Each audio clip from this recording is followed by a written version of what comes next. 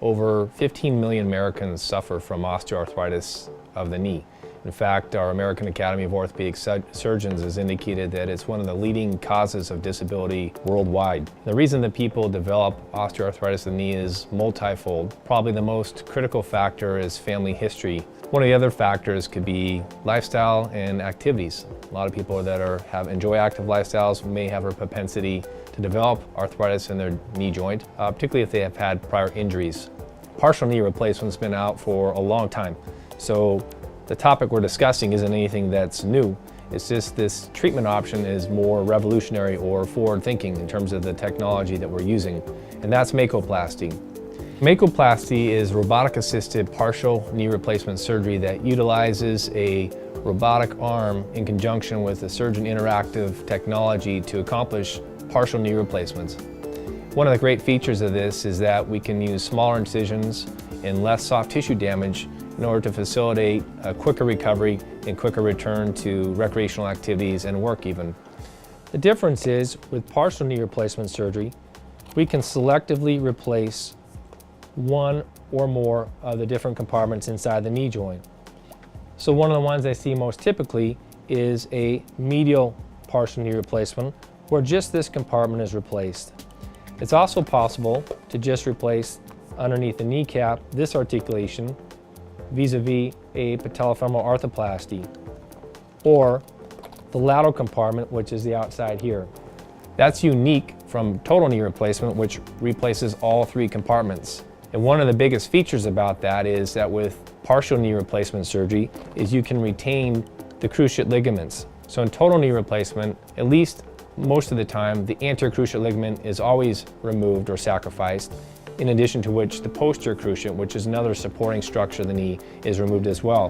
One of the main benefits of MAKOplasty or partial knee replacement surgery is those main ligaments are preserved. What our hope is that by preserving the ligaments and less soft tissue damage, less soft tissue exposure, less bony resections, is that the outcome will be a knee replacement, a partial knee replacement that feels more like a natural knee. When a patient arrives for surgery, they're greeted at the patient intake area and they're brought into the staging area where they're prepared for surgery. Each one of these rooms is individual, and it's there that you will greet your anesthesiologist, your circulating nurse in the OR, and your surgeon. The average time of surgery is about 1.5 hours to 2 hours. The goal is, if at all possible, that a patient will have physical therapy the same day of surgery at least once, if not twice, and then once or twice again the following day before being discharged home. The average person is able to return to work within a relatively short period of time. I would average between 2 to 4 weeks. I would say 90% of people are back to work by about the 4-week period after partial knee replacement.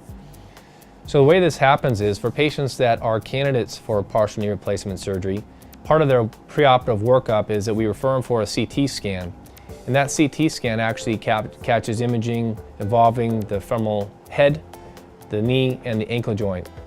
So this technology actually allows us to create a three-dimensional model on a computer and then figure out the sizing, the orientation, and position of placement for the implants to try to ensure as good a result as possible. One of the key features about this technology is that it uses this new science called haptics, which is the ability to use sensation or touch to form a boundary. And what this means is that the cuts are defined in a set boundary of an allowable space. So the burr on the tip of the robotic arm can only cut where it's supposed to. If you reach the edge of the boundary, it will stop. One of the ways I think that this technology has enhanced my practice and ability to take care of patients is, again, to reproducibly get excellent or precise results. To be able to position the implants where I want them with a high degree of certainty on a reproducible basis. So this is the Mako robot. As I said, it weighs over 1,000 pounds. And this is the robotic arm, which has very fluid movement. You can see it's controlled or anchored to the robot. At the end of it is a 6mm burr. And this burr is what we do all the cutting with. We position it adjacent to the table where the patient's on, and we use information about the robot's location and the arm location. Now, the way this information is conveyed is through these arrays, which are attached to the robot, This appendage has these arrays which beam information to the infrared camera. We attach to the patient 2 sets of arrays as well using pins. In this fashion, we're able to send information that's fixed to the patient up to the infrared camera, which then inputs it into the computer. In that way, we're able to know where the leg is and where the knee is in 3 dimensions in space, as well as the robot to know where the knee is in 3 dimensions in space. I have these specialized probes which I use during the surgery, and these probes have a very defined tip, and they also have arrays attached to the probe, which is allowed for me to beam information from here to the infrared camera, which is then put into the computer.